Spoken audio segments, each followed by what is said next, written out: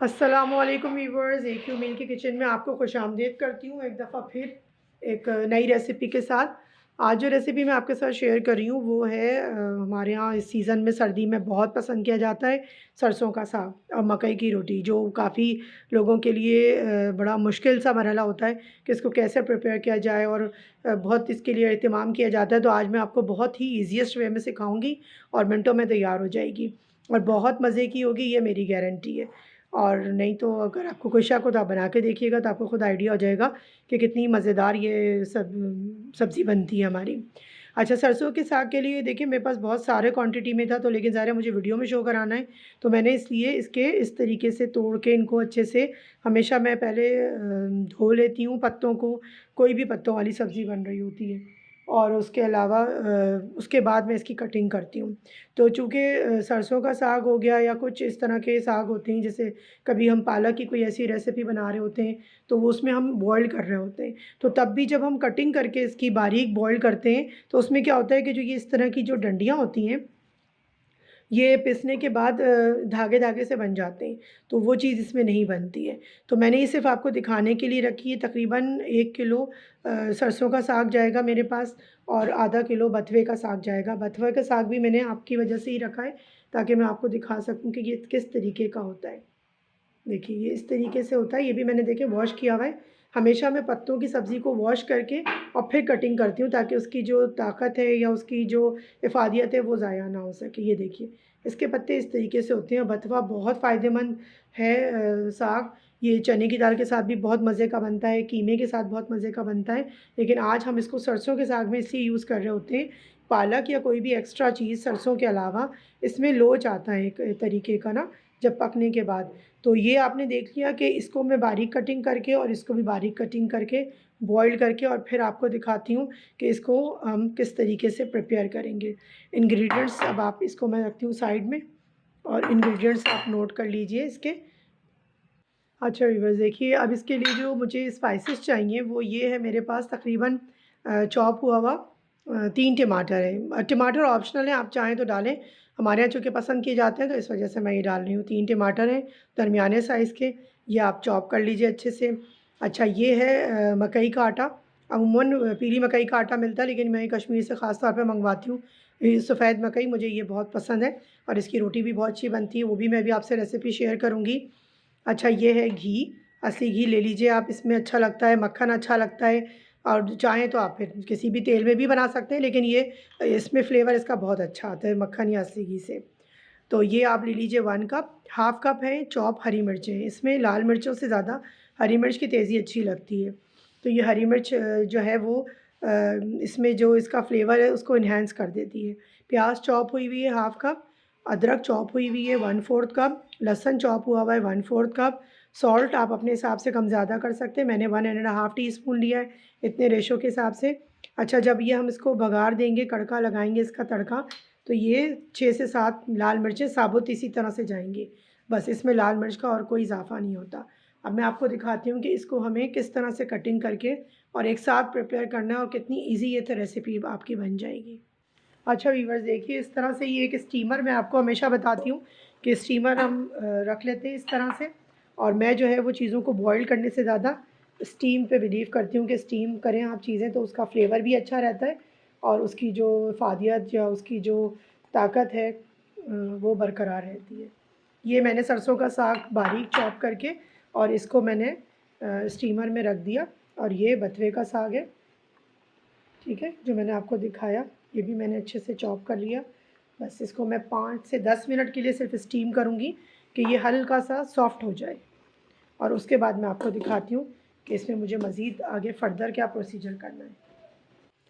अच्छा व्यूअर्स, वो जब तक स्टीम हो रहा है हमारा सरसों का साग और बथुए का साग, जब तक हम इसका मसाला तैयार करते हैं, मैंने आपको जैसे कि बताया कि ये बिल्कुल डिफरेंट रेसिपी लगेगी आपको और आप सोच रहे होंगे कि ऐसे तो नहीं बनता, लेकिन ऐसे भी बनता है कि आप अपनी टेस्ट के मुताबिक या नीड के मुताबिक, ज़रूरत के मुताबिक कम ज़्यादा कर सकते हैं। कि जो मैं थोड़ा ज़्यादा इसलिए इस्तेमाल कर रही हूँ कि इसमें थोड़ा ज़्यादा चाहिए होता है और असली घी है, तो अच्छा लगता है इसमें। ठीक है। अच्छा, ये प्याज मैंने डाल दी, इसको मैं हल्का सा सौते करूँगी, बिल्कुल ब्राउन नहीं करना इसको। अच्छा, कुछ लोग उसी के साथ ही चीज़ें डाल देते हैं, और वो स्टीम हो जाती है। और उसके बाद जैसे मिर्चें हो गई, प्याज हो गई, लहसुन अदरक हो गया, लेकिन मैं थोड़ा सा डिफरेंट फार्मूले से इसको प्रिपेयर करती हूँ, ठीक है। जब तक प्याज का कलर चेंज हो रहा है और उसके बाद मैं बताती हूँ कि सारी चीज़ें हम किस तरीके से प्रिपेयर करेंगे। अच्छा व्यूअर्स, ये मैं आपको दिखाऊंगी किस तरीके से। देखें ये स्टीम हो चुका मेरा, मैंने फ्लेम ऑफ कर दिया 10 मिनट के बाद, और आप ये देखिए ये तैयार है। इसको मैं अब ग्राइंड करूँगी। आप चाहें तो घोट के जो पतीली के अंदर भी डायरेक्ट घोट सकते हैं हम लोग, लेकिन ये जितना घुटा हुआ और पिसा हुआ होता है उतना ज़्यादा मज़े का लगता है। तो मैं इसको करती हूँ, इसको पीसती हूँ और फिर आपको दिखाती हूँ जब तक मसाला प्रिपेयर हो रहा है। अच्छा व्यूअर्स, देखिए ये प्याज का कलर चेंज हो गया, ठीक है। और मैंने जैसे कि आपको बताया था ना कि मैं आपको क्विक रेसिपी बताऊंगी कि किसमें किसी परेशानी की ज़रूरत नहीं है, और ये कैसे बनेगा, क्या होगा। देखिए लहसुन अदरक बस मैंने इसके साथ ही डाल दिया। और अब ये मैं हरी मिर्चें, ये भी मैंने इसके साथ डाल दी। खुशबू बहुत अच्छी आ रही है इसकी। मिर्चें, लहसुन अदरक के साथ लाल मिर्चें भी इस वक्त मैं इसमें डाल दूँगी साबुत, और ये सॉल्ट भी मैं इसमें डाल दूँगी।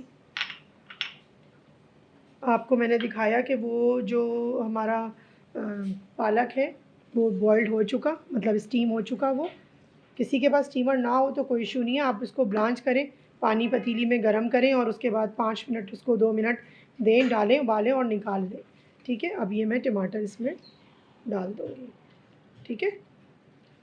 अच्छा, टमाटर आप यूज़ ना करना चाहें तो आप दही डाल सकते हैं, लेकिन टमाटर का इसके साथ अच्छा फ्लेवर आता है। अब इसको मैं करती हूँ कवर, और इसका मसाला जब तक प्रिपेयर हो रहा है इसके आगे का प्रोसीजर भी मैं आपसे शेयर करती हूँ।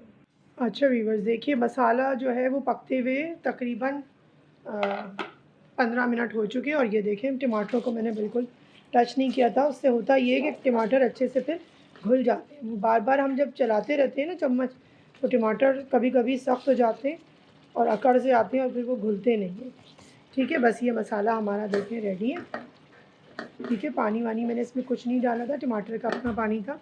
और अब ये जो मैंने आपको दिखाया था ब्लांच किया हुआ या स्टीम किया हुआ या बॉयल किया हुआ, इसको मैंने अच्छे से ग्राइंड कर लिया और ये मैं अब इसके अंदर शामिल कर दूँगी, ठीक है। बस अब आपने कुछ नहीं करना, इसको हमने अच्छे से मिक्स करना है।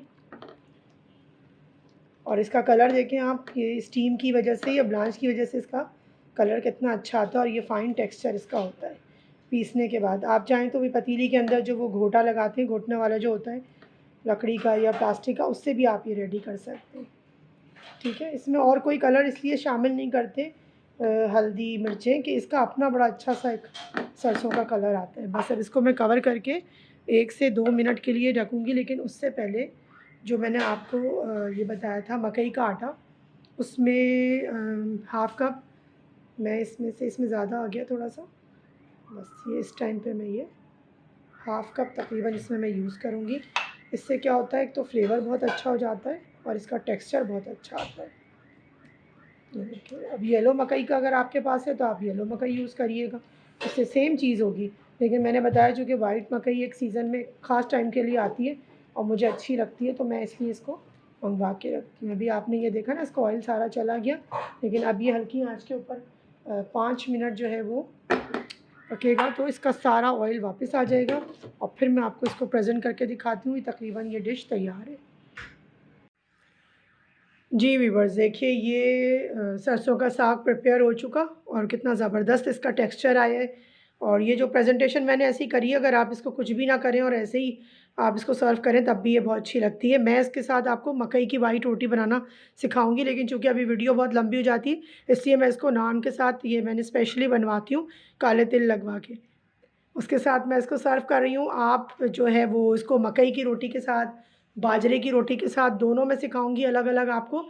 उसका वीडियो का लिंक भी दूंगी आपके इसके साथ, तो आप उसके साथ इसको सर्व कीजिएगा। बहुत हेल्दी डिश है, सर्दियों में बहुत खानी चाहिए, बहुत इस्तेमाल करनी चाहिए और इससे फ़ायदा उठाना चाहिए।